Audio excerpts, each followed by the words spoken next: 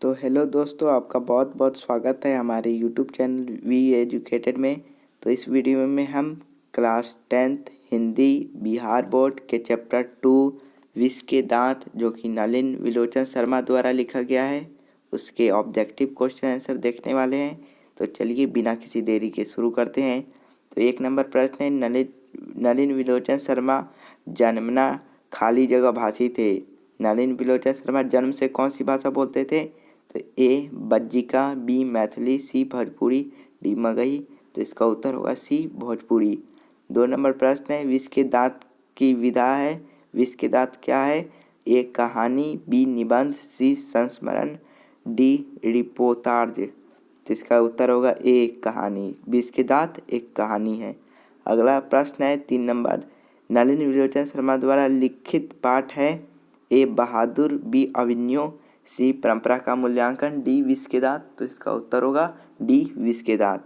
4था number प्रश्न है, नलिन विलोचन शर्मा की माता का क्या नाम था? ए रत्नावती शर्मा, बी पद्मावती शर्मा, सी संभावती शर्मा, डी इनमें कोई नहीं। तो इसका उत्तर होगा रत्नावती शर्मा।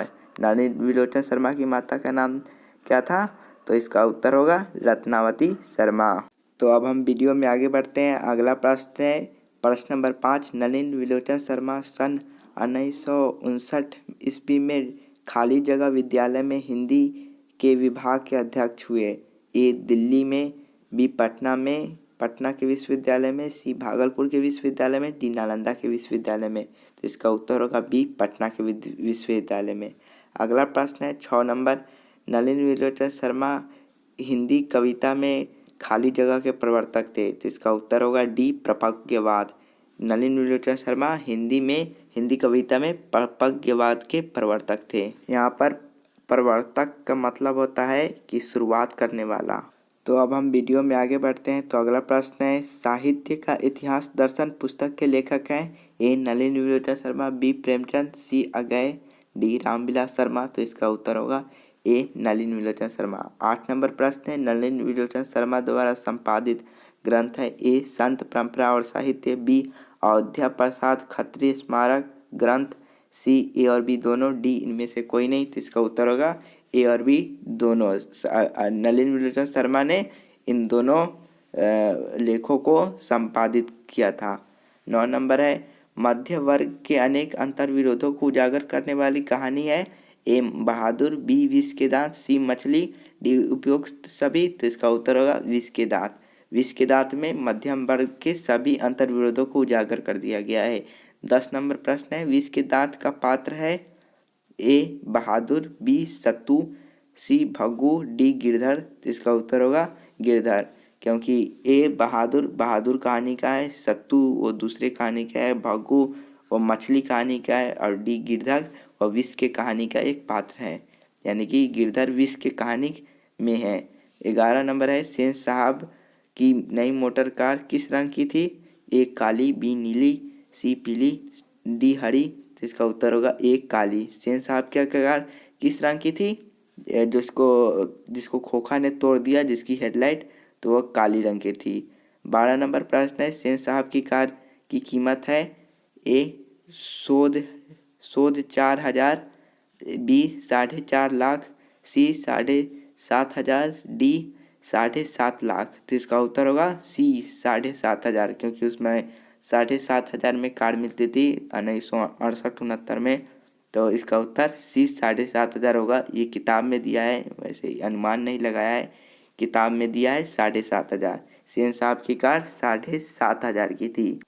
तो हम आगे बढ़ते हैं। अगला प्रश्न है प्रश्न नंबर 13, सेन साहब की कितनी लड़कियां थी? 1, 2, बी 3, सी 4, डी 5। तो इसका उत्तर होगा डी 5।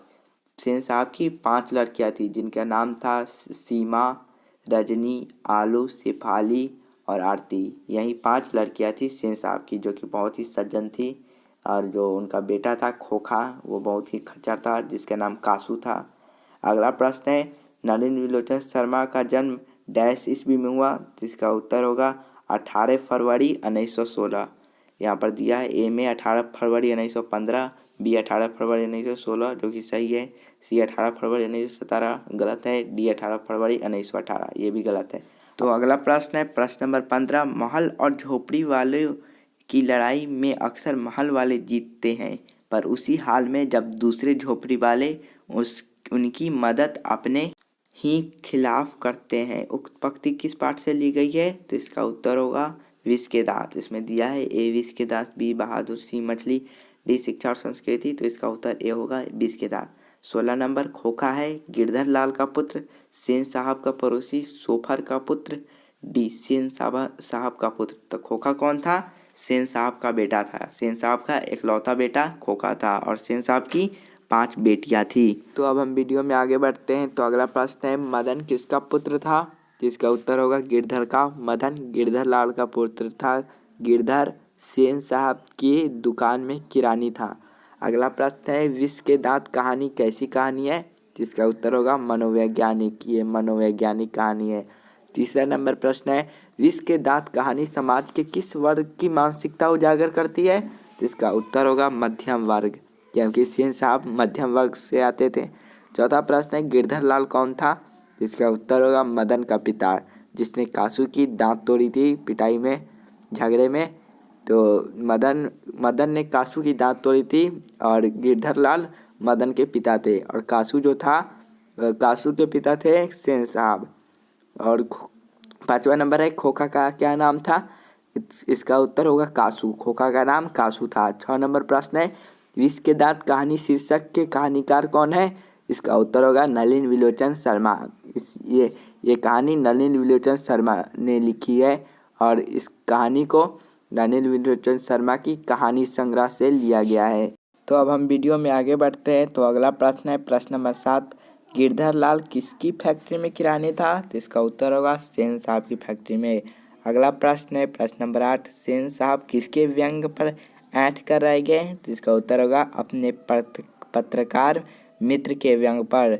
पत्रकार मित्र के बात पर सेन साहब ऐंठ कर रह गए, क्योंकि सेन साहब अपने बेटे जो कासू था खोखा उसकी तारीफ कर रहे थे। तभी उनके मित्र ने अपने बेटे के लिए कहा कि मैं उसको पूरी छूट दूंगा, उसका वो जो चाहे नौकरी कर सकता है। अगला प्रश्न है प्रश्न नंबर 9। सेन साहब की कितनी लड़कियां थी? सेन साहब की कितनी लड़कियां थी, उनके नाम क्या थे? यहाँ पर 2 बार लड़कियां थी लिखा गया है। तो इसका उत्तर होगा 5, जिनका नाम था सीमा, रजनी, आलो, शेफाली और आरती। तो इसे भी याद कर लें।